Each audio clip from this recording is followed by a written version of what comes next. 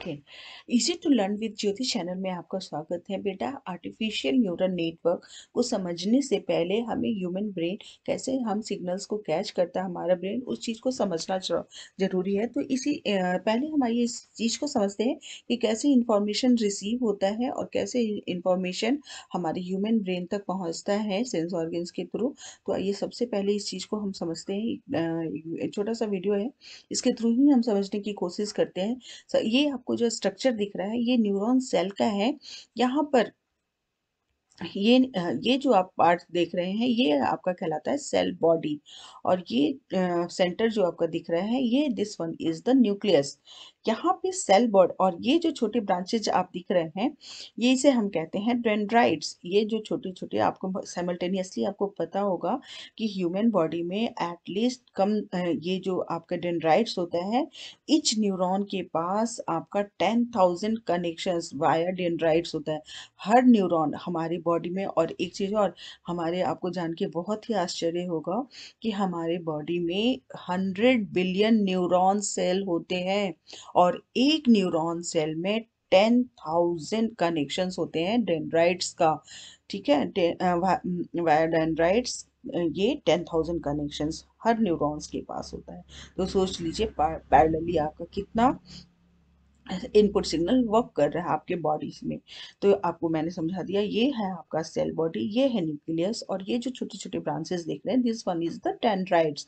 अब और ये जो आप थ्रेड नुमा स्ट्रक्चर देख रहे हैं दिस वन इज, यहाँ पे देखिए ये क्या कहलाता है आपका एक्सॉन। इसे क्या कहते हैं हम, एक्सॉन।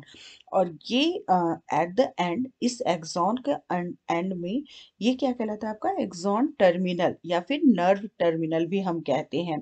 अब देखिए हम बात करते हैं कि कैसे इनपुट सिग्नल को कैच करता है। हम कोई ऑब्जेक्ट देखते हैं या फिर हम कोई ऑब्जेक्ट को छू रहे हैं या फिर हम जब खाते हैं तो क्या होता है वो डेंड्राइट्स के थ्रू इनपुट हम सेल बॉडी से होते हुए न्यूक्लियस, जाकि प्रोटीन हाउस भी कहा जाता है, माइटोकॉन्ड्रिया पावर हाउस आप समझ रहे हैं। तो ये न्यूक्लियस आपका जो भी डेंड्राइट्स ने जो भी इनपुट सिग्नल कैच किया वो इलेक्ट्रोकेमिकल फॉर्म में ये सेल बॉडी से होते हुए न्यूक्लियस तक जाता है।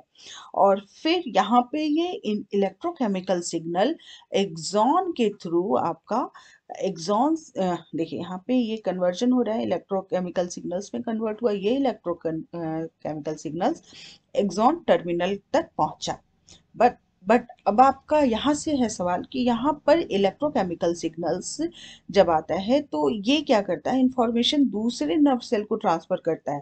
बट आपको जानकर ये बहुत ही आश्चर्य होगा कि दो नर्व सेल के बीच में डायरेक्ट कनेक्शन नहीं होता है। यहाँ पे देखिए ये दूसरे नर्व सेल का डेंड्राइट है और ये पहले वाला नर्व सेल है जिससे कि इसका एक्सॉन टर्मिनल है। इन दोनों के बीच में डायरेक्ट कनेक्शन नहीं है, बट इंफॉर्मेशन। अब सवाल ये आता है कि इस एक्सॉन से इस एक्सॉन तक इंफॉर्मेशन कैसे पास होता है। तो इसके लिए हमारा बीच में क्या होता है, एक लिक्विड नुमा फॉर्म में अब साइनेप्स, इसे हम कहते हैं साइनेप्स होता है, जो कि इंफॉर्मेशन इलेक्ट्रोकेमिकल सिग्नल में इस एक्सॉन टर्मिनल तक आता है। वो वापस टर्मिनल पे आने के बाद केमिकल में कन्वर्ट हो जाता है और इस साइनेप्स के थ्रू वो क्या होता है, दूसरे दूसरे नर्व सेल का डेंड्राइट उस केम उस सिग्नल को, उस केमिकल को कैच करता है और वापस से इस नर्व सेल में आने के बाद वो इलेक्ट्रोकेमिकल सिग्नल में कन्वर्ट हो जाता है और फिर से सेम प्रोसेस स्टार्ट होता है। वो सेल बॉडी में जाएगा, न्यूक्लियस में इलेक्ट्रोकेमिकल सिग्नल में कन्वर्ट होगा और फिर वो एक्सॉन के थ्रू दूसरे नर्व सेल तक चला जाता है। ये प्रोसेस रिपीटेड होता है जब तक कि फाइनली आपका आउटपुट ब्रेन को रिसीव हो जाता है। तो ये थी हमारी इनपुट सिग्नल को कैच करने की। आई थिंक आपको समझ में आ गया होगा। अब आइए हम artificial neural network same concept के साथ कैसे वर्क करता है उसको समझते हैं। नेचुरल न्यूरल नेटवर्क देखने के बाद आइए अब हम देखते हैं artificial neural network. Artificial neural network mimic human brains. इसका क्या मतलब है, जस्ट हूबहू ह्यूमन ब्रेन की जो ताकत है, डिसीजन मेकिंग की जो कैपेबिलिटी है, वो हम इनकलकेट करना चाहते हैं कंप्यूटर्स में भी, डिवाइसेस में भी, ताकि वो आर्टिफिशियली इंसानों की तरफ वर्क कर सके, थिंक कर सके, डिसीजन ले सके। तो ये है कॉन्सेप्ट आपका आर्टिफिशियल न्यूरल नेटवर्क का। The neural network are the model that how neurons in the human brain behave। यहाँ पे बोल रहा है कि न्यूरल नेटवर्क्स वैसे मॉडल हैं जिसमें कि न्यूरॉन्स नोड होता है, जिसे न्यूरॉन्स की तरह वर्क करते हैं नोड्स, वो ह्यूमन ब्रेन की जो ताकत है वो उसको ट्रांसफ़र करता है। कैसे करता है वो सारा हम स्टेप बाय स्टेप देखेंगे आगे की लाइनों में। Artificial neural network coping the working of the human brain neurons और cells inside the computer. Just उसी बात को रिपीट किया गया है। इसका मेन मोटो क्या है? ह्यूमन ब्रेन की मिमिक, ह्यूमन ब्रेन की ताकत मशीन्स को भी देना। The greatest thing of artificial neural network is it can extract the features of data without any programming or input। बिना किसी प्रोग्रामिंग के और बिना किसी इनपुट के ये खुद ब खुद उन चीज़ों को आइडेंटिफाई, रिकॉग्नाइज और डिसीजन लेता है। हम एक बार प्रोग्राम करते हैं, इनिशियली प्रोग्राम करते हैं और उसके बाद पे वो खुद ब खुद पास्ट एक्सपीरियंसेस के थ्रू डेटा जैसे जैसे पास होता है, बल्क डेटा को वो रीड करते करते एक डिसीजन तक खुद ब खुद कैपेबिलिटी बिल्डअप कर लेता है कि वो आइडेंटिफाई करने लग जाता है, चीज़ों को प्रेडिक्ट करने लग जाता है। तो this is the power of artificial neural network. The computer can learn, recognise and make decisions like human beings. मतलब इंसानों की तरह वह रिकॉग्नाइज कर सकता है चीज़ों को, डिसीजन ले सकता है, प्रेडिक्शन कर सकता है। ये सारी चीज़ें कंप्यूटर के पास कैपेबिलिटी बिल्डअप हो जाती है। किसके through? Artificial neural network concept के साथ। The neural network works on machine learning algorithm to fulfill the need of the user to or perform the task। यहाँ पे क्या बोल रहा है? The neural network works on machine. कौन से अप्रोच पे है? ये काफ़ी इंपॉर्टेंट है, मशीन लर्निंग अप्रोच पे बेस्ड है। और यहाँ पे क्या होता है कि to fulfil the need of user, हम अपने सुविधाओं के लिए, अपने लाइफ को और भी कन्वीनियंट बनाने के लिए हम इन सब चीज़ों, इन डिवाइसेस का हम ज़्यादा से ज़्यादा ट्रेन कर रहे हैं, ज़्यादा से ज़्यादा टेक्नोलॉजी इन्हांस किया जा रहा है ताकि ह्यूमन लाइफ ईजियर से ईजियर हो पाए। It basically use to solve the problem for large data set. जो हमारा मशीन लर्निंग एल्गोरिदम डिवाइसेस हैं, जस्ट फॉर एग्जांपल आपने एलेक्सा का नाम सुना होगा, आपने बहुत सारे ऐसे डिवाइसेस हैं। ये क्या करती हैं? इनका परफॉर्मेंस स्मॉल डेटा सेट के साथ बेटर होता है, बट अगर लार्ज डेटा सेट उसमें दिया जाए तो उनका परफॉर्मेंस उतना अकॉर्डिंग नहीं होता, मतलब उतना अप टू द लेवल नहीं होता। इसके लिए हमारा आर्टिफिशियल न्यूरल नेटवर्क, अभी इस डायग्राम के थ्रू भी हम समझेंगे इस चीज़ को। आर्टिफिशियल न्यूरल नेटवर्क में अगर हम लार्ज डेटा देते हैं तो उसका परफॉर्मेंस और भी बेटर होता है।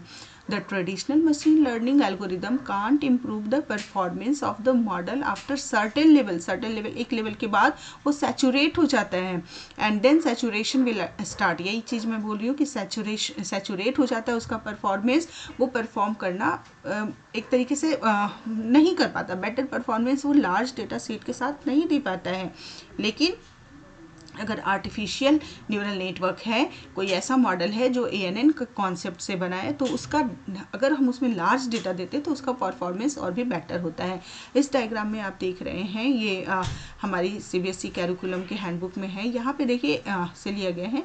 यहाँ पे देखिए ये traditional ML machine learning algorithm used devices हैं जिसका परफॉर्मेंस दिखाया गया है डेटा साइज के साथ। ये स्मॉल न्यूरल नेटवर्क है, medium neural network and large neural network. यहाँ देखिए जैसे अगर डेटा का साइज कम है तो मॉडल का परफॉर्मेंस यहाँ पे देखिए ये बढ़ रहा है, लेकिन जैसे जैसे डेटा का साइज बढ़ रहा है ये एक लेवल पे आके सैचुरेट हो जाता है, सैचुरेट हो जा रहा है। इसका लेवल देखिए डेटा साइज, ये परफॉर्मेंस इसका सैचुरेट हो जा रहा है। इट मीन्स कि ज़्यादा बेटर परफॉर्मेंस नहीं दे पा रहा है। लेकिन जहाँ तक लार्ज न्यूरल नेटवर्क की बात है, डेटा का साइज जैसे जैसे हम बढ़ाते हैं मशीन का परफॉर्मेंस भी बढ़ रहा है। तो ये है आपका आर्टिफिशियल न्यूरल नेटवर्क।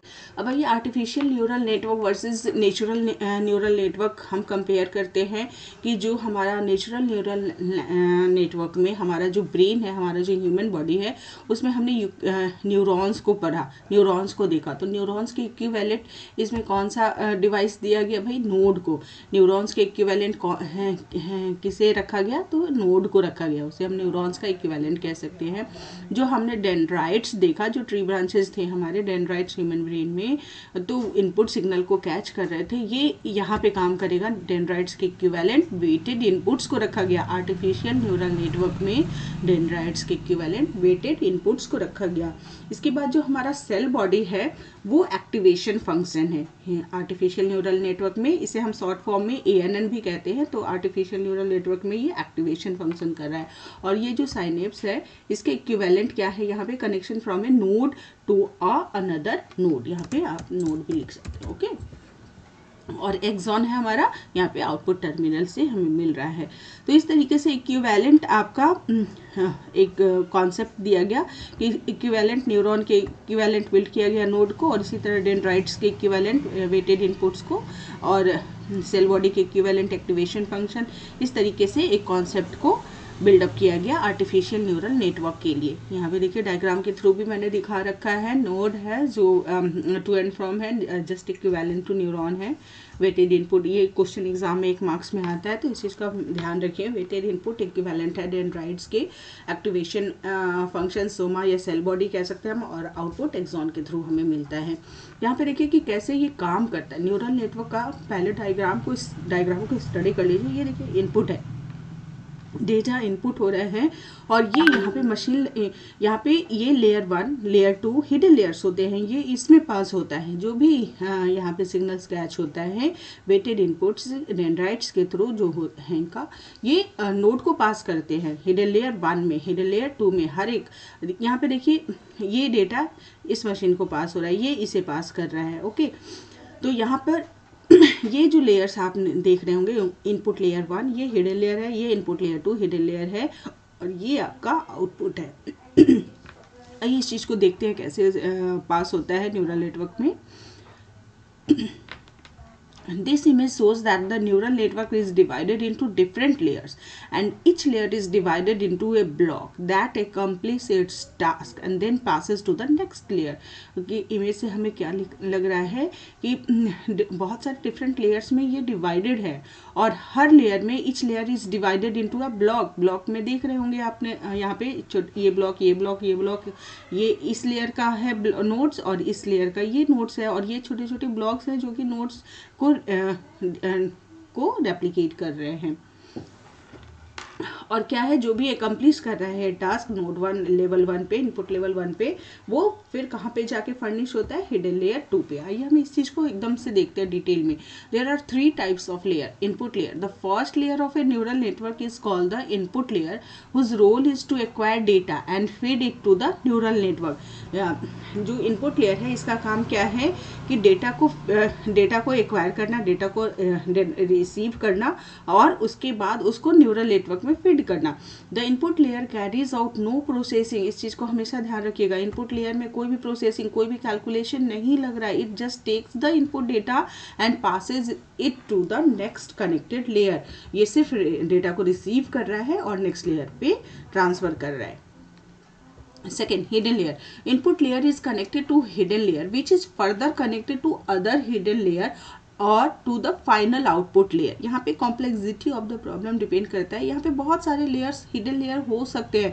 यहाँ पे जैसे ये हिडन लेयर 1 है, हिडन लेयर 2 है, तो इसमें आप बिल्कुल भी कंफ्यूज ना हो कि हमेशा 2 ही हिडन लेयर होगा। It may be, it depends on the cases, किस टाइप का कॉम्प्लेक्स प्रॉब्लम है। तो आपका may be more than 2 hidden layer हो सकता है, मोर देन 3 हो सकता है, मोर देन 4 हो सकता है, या फिर एक ही हिडन लेयर हो सकता है और एक आपका आउटपुट हो सकता है। तो ये आपके प्रॉब्लम की कॉम्प्लेक्सिटी पे डिपेंड करता है।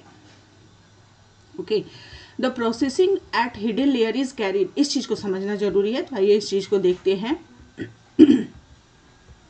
The role of hidden layer is to process the input and carry out a task. Hidden layer का काम क्या करना है कि इनपुट को, जो भी इनपुट उसने सिग्नल रिसीव किया है, जो कैच किया है, उसको प्रोसेस करना और क्या करना, कैरी आउट अ टास्क। कौन सा टास्क है भाई? तो सम ऑफ वेटेड इनपुट्स, जो भी इनपुट, जो हमारा इनपुट नोड था, जो भी इनपुट सिग्नल से वेटेड इनपुट, वेटेड, यहाँ पे आप इस डायग्राम से भी आपको क्लियर हो जाएगा। हर नोड क्या करता है, यहाँ पे इनपुट सिग्नल जो ये कैच कर रहा है, कुछ इसके वेट्स, इसमें वेट्स लगा के हिडन लेयर में पास करता है। तो ये बोल रहे हैं यहाँ पे, यही चीज़ बोल रहे हैं। Sum of weighted inputs, activation function, hidden rules. Hidden rules का मतलब होता है बायस। अभी हम पढ़ते हैं बायस क्या होता है। उसमें कुछ हिडन क्या करता है, जितने भी नोड्स हैं उनका सम का सम करता है। जितने भी वेट्स उन्होंने, वेट्स मीन्स ये इन डेंड्राइट्स जो इनपुट सिग्नल हमारे यहाँ, हमारे ह्यूमन बॉडी में, ह्यूमन ब्रेन में डेंड्राइट से सिग्नल को कैच करते हैं। तो यहाँ पर ये वेटेड इनपुट्स, तो जो भी नोड ने इनपुट सिग्नल पे, जो भी नोड ने को सिग्नल मिला, वो उसमें वेट्स लगा के हिडन लेयर में पास करता है। वहाँ पे हिडन लेयर में क्या होता है कि मशीन एल्गोरिदम वर्क करता है। उसमें क्या होता है कि सारे वेट्स का सम किया जाता है और कुछ एडिशनल पैरामीटर्स जोड़े जाते हैं, जिसे हम बायस कहते हैं। अभी हम देखते हैं बायस का definition. There can be multiple hidden layer in an ANN artificial neural network में एक से ज़्यादा हिडन लेयर हो सकते हैं, depending upon the complexity of the task being perform. किस टाइप का कॉम्प्लेक्स प्रॉब्लम है उसके ऊपर डिपेंड करता है। Hidden layers are not visible to users. Hidden layers users को विजिबल नहीं होते हैं। The processed output of a hidden layer is then fade to the subsequent hidden layer of the network. बोल रहा है कि हिडन लेयर हमें users को नहीं दिखाई देता है, ये अंदर इंटरनल प्रोसेस है। द प्रोसेस्ड आउटपुट, एक हिडन लेयर का जो प्रोसेस्ड आउटपुट होता है वो क्या किया जाता है, नेक्स्ट हिडन लेयर को ट्रांसफर किया जाता है। और इस तरीके से नेक्स्ट हिडन लेयर पे भी वो चीज़ प्रोसेस्ड होके नेक्स्ट ट्रांसफर होता है। Each layer of an artificial neural network can contain any number of nodes. यहाँ पे ये कोई डिफाइन नहीं है कि आपका 3 ही होना चाहिए, मे बी वो आपका कितना भी नंबर ऑफ नोड्स हो सकता है इच लेयर में। एंड इच लेयर में have different number of nodes. ठीक है, तो इच लेयर का मतलब है हिडन लेयर 1, हिडन लेयर 2 में कितने भी एनी नंबर ऑफ नोड्स। ऐसा नहीं है डिफाइन कि भाई आपका प्री रिक्विजिट है कि एटलीस्ट 3 नोड्स ही होने चाहिए, एटलीस्ट 1 नोड्स ही होने चाहिए। कितने भी कितने भी नोड्स हो सकते हैं। और इच लेयर में यही चीज़ बोल रहा है यहाँ पे कि डिफरेंट नंबर ऑफ नोड्स हो सकते हैं। मे बी ये पॉसिबल है कि यहाँ पे 3 नोड्स है और यहाँ पे आपके 4 नोड्स हो जाए हिडन लेयर 2 में। हिडन लेयर 1 में 3 नोड्स है और हिडन लेयर 2 में 4 नोड्स हो सकता है। It may be possible. तो ऐसा कोई फिक्स्ड नहीं है कि आपका कोई ऐसा इतना ही होना चाहिए रिजिड। इसके बाद output layer. After processed data travels through multiple hidden layers, it is finally fed to the final layer known as the output layer.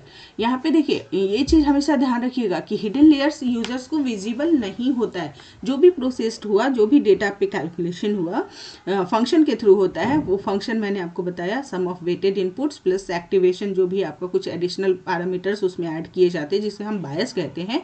और वो कैलकुलेशन होने के बाद नेक्स्ट लेवल को ट्रांसफर किया जाता है।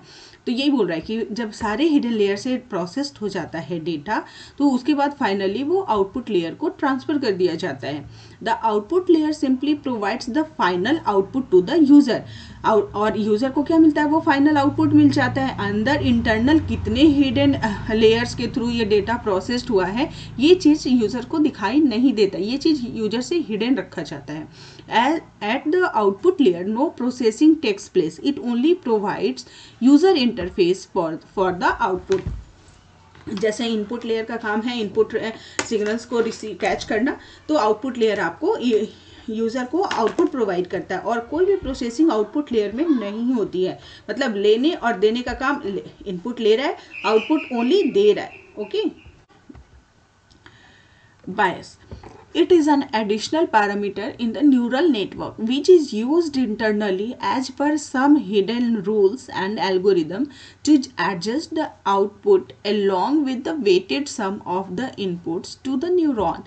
बायस क्या होता है, एक एडिशनल पैरामीटर होता है न्यूरल नेटवर्क में कि जो कि इंटरनली यूज़ किया जाता है हिडन लेयर्स पे, जिससे कि हम एक एल्गोरिदम है, आप एक तरीके से कह सकते हैं कि जो वेटेड सम ऑफ इनपुट्स आ रहा है उस पर प्लस में करके आगे आगे जो इसका रिजल्ट है वो आगे पास होता है। तो बायस क्या है, एक additional parameter, just as a additional parameter. यहाँ पे देखिए एक डायग्राम है, यहाँ पे नोड्स है, नोड्स का वेटेड इनपुट्स जो है, यहाँ पे सम ऑफ वेटेड, हर नोड का वेट मल्टीप्लाइड होके उसका एडिशन सम प्लस एडिशनल पैरामीटर बायस फंक्शन लगता है, और ये क्या होता है आपका एक्टिवेशन फंक्शन का काम करता है। और यहाँ पे इवैल्यूएशन होने के बाद, इवैल्यूएट होने के बाद आउटपुट प्रोसेस होता है, आउटपुट सिग्नल को ये डेटा ट्रांसफ़र कर दी जाती है। तो इस तरीके से ये कितना सिंपल सा फेज है। नोड्स इनपुट सिग्नल से वेट, जो भी वेट रिसीव करते हैं नोड, वो क्या करते हैं आपका हिडन लेयर में जाता है, और हिडन लेयर में उन सब का हर एक नोड का वेट सम होता है, और उसमें कुछ एडिशनल पैरामीटर्स लगते हैं जो कि एक्टिवेशन फंक्शन की तरह वो एक्टिवेशन फंक्शन कहलाता है, और फिर वो आउटपुट सिग्नल को प्रोसेस कर दिया जाता है। यही कॉन्सेप्ट है आपका आर्टिफिशियल न्यूरल नेटवर्क का। यहाँ देखिए इनपुट है, ये वेट है, समेशन एंड बायस है, एक्टिवेशन है, ये activation function, and then output. यही है आर्टिफिशियल न्यूरल नेटवर्क का सेल। जो ह्यूमन न्यूरल सेल हमने देखा, ये आर्टिफिशियल न्यूरल नेटवर्क का सेल है। An activation function in a neural network defines how the weighted sum of the input is transferred into an output from a node or nodes in a layer of the network. ठीक है ना, activation function की बात कर रहे हैं यहाँ पे। तो sum of the weighted inputs plus bias. इसके बाद देखिए कुछ फैक्ट्स हैं आर्टिफिशियल न्यूरल नेटवर्क के। The most ground breaking aspect of neural network is that once trained they learn on their own. एक बार जब ट्रेन कर लिया जाता है, फिर वो अपने एक्सपीरियंस के थ्रू उस चीज़ को और भी करेक्ट करते चले जाते हैं, वो खुद ब खुद लर्न करना सीख जाते हैं। And they can work with big data sets. और जैसे अलेक्सा वगैरह है, आपने देखा होगा, सीरी है, ये स्मॉल डेटा सेट्स के साथ अच्छा परफॉर्मेंस दे पाते हैं। But artificial neural network big data, जब हमारा डेटा का साइज बहुत ज़्यादा बल्क अमाउंट ऑफ डेटा हो जाता है, तो उसके साथ परफॉर्मेंस, मशीन का परफॉर्मेंस ज़्यादा मायने रखता है। तो वहाँ पे आपका आर्टिफिशियल न्यूरल नेटवर्क बहुत अच्छा परफॉर्मेंस देता है। ठीक है, इमुलेट ह्यूमन, और इस तरीके से वो ह्यूमन को इमुलेट करता है। Like human brain, when we provide an input और feedback about the expected output, the brain register it. जैसे हम छोटे बच्चे को बताते हैं कि दिस इज पैरोट, तो वो पैरोट का स्ट्रक्चर अब उसके ब्रेन में कहीं ना कहीं सिमुलेट हो जाता है, वो उस चीज़ को आइडेंटिफाई करने लग जाता है। नेक्स्ट टाइम अगर कहीं जरा सा भी मोस्ट प्रोबेबली हो सकता है वो सेकेंड टाइम आइडेंटिफाई नहीं कर पाए बच्चा, लेकिन जब हम सेकेंड टाइम उसको फिर से बताते कि नो दिस इज पैरोट, तो वो क्या करता है, थर्ड टाइम वो उस चीज़ को खुद ब खुद आइडेंटिफाई करने लग जाता है। तो सेम बात है, आपका जो एक्सपेक्टेड आउटपुट है वो मशीन को बताया जाता है इनपुट देके, और वहाँ पे क्या करता है उसका ब्रेन, ह्यूमन ब्रेन जैसे रजिस्टर करता है चीज़ों को, वैसे ही आपका आर्टिफिशियल न्यूरल नेटवर्क में हिडन लेयर्स में जो एक्टिवेशन फंक्शन के थ्रू कैलकुलेशन हो रहा है, वहाँ पे वेट्स ऐसे लगते हैं जो कि उस चीज़ को रजिस्टर करता है कि एग्जैक्ट जो आपका इनपुट है एग्जैक्ट आउटपुट से मैच करे। तो इस तरीके से आपका ये काम करता है proper. Based on the received feedback about the difference from the correct output, the neurons in artificial neural network makes change in the weight or bias to be used with activation function so that they can reach to the correct output. In case जैसे कि अगर हमने कोई भी input दिया वो output से match नहीं कर रहा है, तो फिर क्या होता है कि वेट्स में चेंज किया जाता है। जो वेट्स हर नोड इनपुट, जो हमारे वेटेड इनपुट्स है जो डेंड्राइट्स के इक्विवेलेंट है, वहाँ उस वेटेड इनपुट्स का वैल्यू चेंज करके और एग्जैक्ट आउटपुट तक पहुँचा जाता है। तो इस तरीके से क्या है कि हम अगर हमने कुछ वेट दिया और उसमें हमारे इनपुट और आउटपुट में डिफरेंस आ रहा है, तो हम वापस क्या करते हैं कि वेट में उस तरीके से चेंज करते हैं ताकि आपका जो इनपुट है एग्जैक्ट आउटपुट से मैच करे। तो ये क्या कहलाता है आपका बैक प्रोपेगेशन, यानी कि providing feedback about the difference from the correct output is known as the back propagation. ठीक है, यहाँ डायग्राम के थ्रू बहुत ही अच्छे से क्लियर है से समझाया गया है कि ये इनपुट लेयर है, हिडन लेयर्स हैं, और आपका आउटपुट अगर मैच नहीं करता है डिफरेंस इन डिजायर्ड वैल्यूज तो क्या किया जाता है, वेट में चेंज किया जाता है ताकि आपका करेक्ट जो आपका डिजायर्ड इनपुट है बिल्कुल आउटपुट उसी के सिमिलर आ जाए। तो ये होता है आपका back propagation. Features of neural network में क्या है, neural network have been developed to mimic the structure and working of human brains. इसमें कोई कंफ्यूजन नहीं है, ह्यूमन ब्रेन को कॉपी किया गया है आर्टिफिशियली कंप्यूटर्स में, डिवाइसेस में, किसके थ्रू, आर्टिफिशियल न्यूरल नेटवर्क के through. Neural network evolved and automatically learn with each input and each new attempt. It means कि automatically learn, इस चीज़ को ध्यान रखिएगा, यहाँ पे वो क्या करता है, खुद ब खुद सीखता है। एक बार इनपुट देने के बाद वो चीज़ें को खुद ब खुद सीखता रहता है एक्सपीरियंस के थ्रू।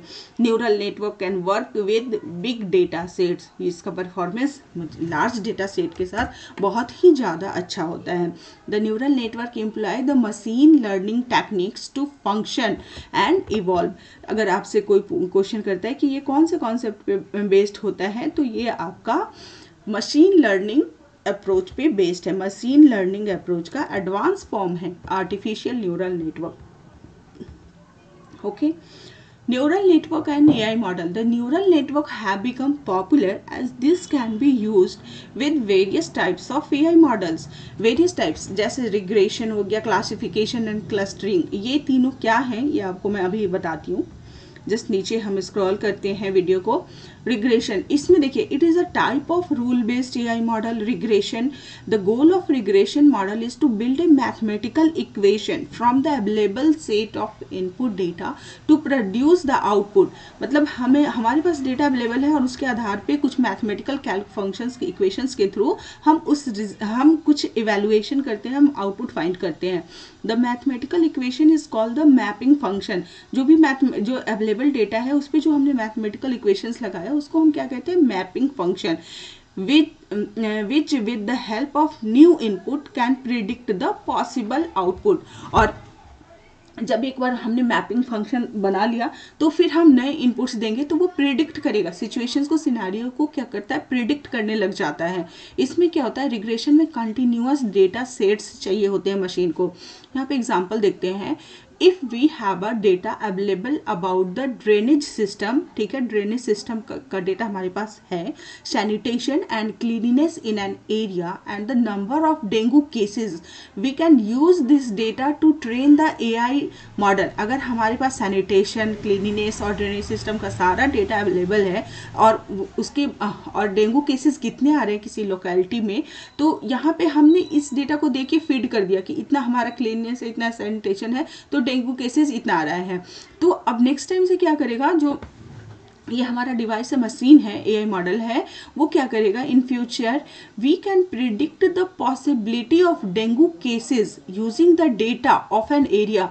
तो नेक्स्ट टाइम से क्या होगा कि उस एरिया में डेंगू की कितनी पॉसिबिलिटीज़ हैं, डेंगू क्या किस तरीके से फैल सकता है या नहीं फैल सकता है, ये पॉसिबिलिटी ये रिग्रेशन मॉडल के आधार पे मशीन खुद ब खुद कैलकुलेट कर पाती है। तो ये है आपका रिग्रेशन, इसे हम कहते हैं सुपरवाइज्ड लर्निंग मॉडल। इसमें क्या होता है, कंटिन्यूअस डेटा सेट्स चाहिए आपको, मतलब कि आपका कंटिन्यूअस डेटा की कंटिन्यूटी चाहिए। क्लासिफिकेशन में क्या होता है, this is also a type of rule based AI model.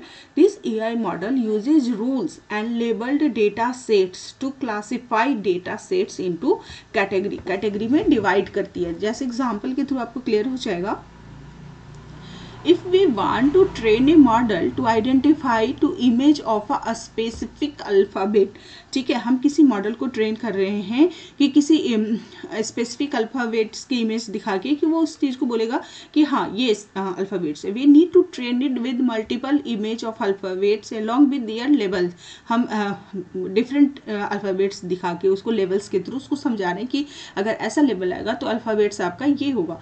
The machine will then classify the image on the basis of the level and predict the correct level for testing data. और इस तरीके से level के आधार पे machine train हो जाता है और फिर बाद में वो चीज़ों को अल्फ़ाबेट्स को लेवल के आधार पे आइडेंटिफाई करने लग जाता है। Classification model use non continuous that is discrete data sets. Classification model में आपका नॉन कंटिन्यूअस यानी कि डिस्क्रीट डेटा सेट्स का यूज होता है। क्लस्टरिंग, क्लस्टरिंग जैसा कि इमेज से भी आप देख रहे होंगे, this is a machine learning approach model. Clustering क्या है? मशीन लर्निंग अप्रोच मॉडल है। Clustering is a way to group a set of data points in a way that similar data points are grouped together.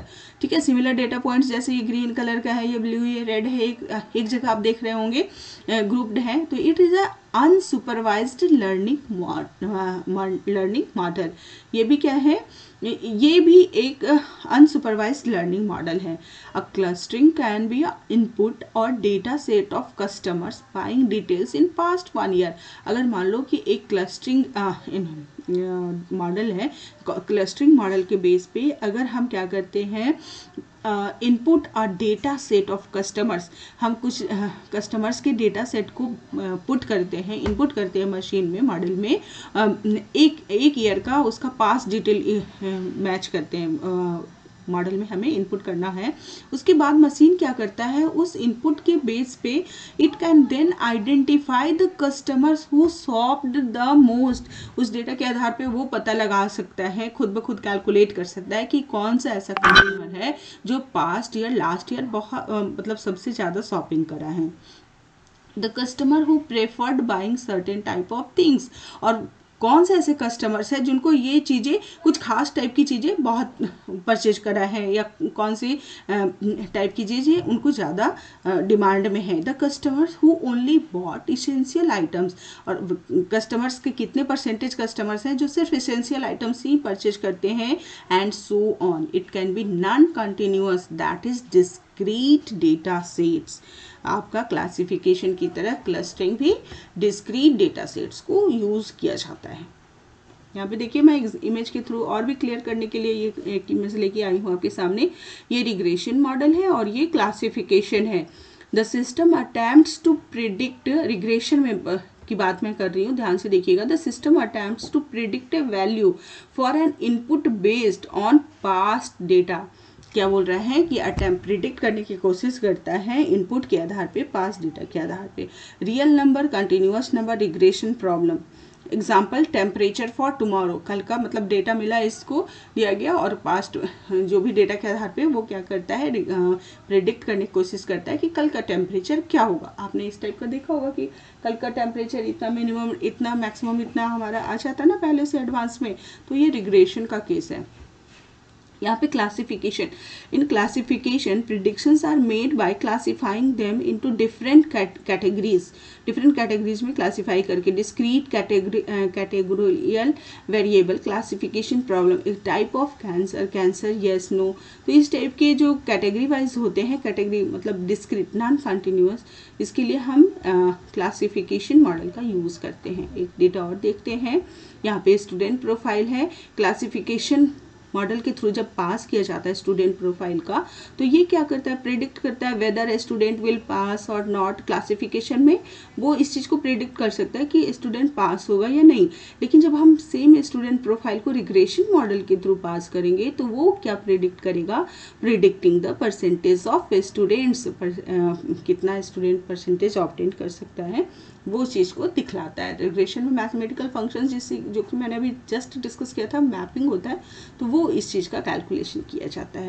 तो I think आपको ये classification, regression and clustering clear हो गया होगा। तो इस तरीके से लास्ट हम क्या कंक्लूजन पे पहुंचते हैं, जितना हमने अभी तक देखा, चूंकि ये हमारा लास्ट चैप्टर है क्लास 9 का। डीप लर्निंग में क्या होता है, it is the most advance form of machine learning where there are many hidden computational network. Deep learning, ठीक है। आर्टिफिशियल इंटेलिजेंस में क्या होता है, it refers to some kind of human like intelligent work और decision by machine, just for example playing games like checkers and chess, ये सब artificial intelligence का एग्जांपल्स हैं। मशीन लर्निंग में क्या होता है, it is an approach to AI in which an algorithm learns to make predictions from data. Data के आधार पे प्रेडिक्शंस करता है machine, fed into the system, that is traffic prediction maps, ये कुछ एग्जांपल्स थे। इसके बाद आर्टिफिशियल न्यूरल नेटवर्क, जो कि हमारा ये कौन चैप्टर है, इसमें क्या है आपका, it is a machine learning approach in which the algorithm process signals via layers of interconnected nodes, hidden layer की बात कर रहे हैं, called artificial neurons. That is, some popular application of neural network are face recognition, speech recognition, आपने Google assistant देखा होगा, आपके जो चैट बॉट्स आते हैं, वॉइस असिस्टेंट आते हैं, सेल्फ ड्राइवन व्हीकल्स हो गए, मॉडल डायग्नोसिस हो गया, हेल्थ डायग्नोसिस में भी इसका यूज़ होता है, ऑटो सजेशंस हैं बेस्ड ऑन सर्च और shopping history and many other. आजकल आर्टिफिशियल न्यूरल नेटवर्क काफ़ी ज़्यादा ट्रेंड में है और बहुत ही पॉपुलर हो रहा है अपनी इस फीचर के कारण। तो this is all about artificial neural network for today. हम जल्द ही मिलते हैं।